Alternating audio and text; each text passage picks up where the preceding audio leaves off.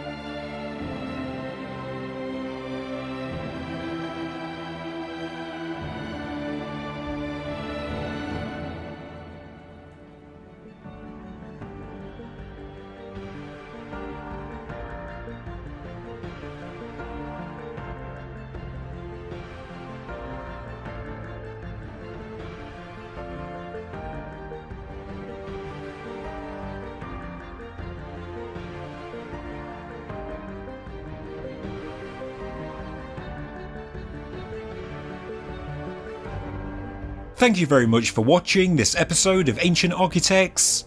If you enjoyed the video, please subscribe to the channel, please like the video, and please leave a comment below. Thank you very much.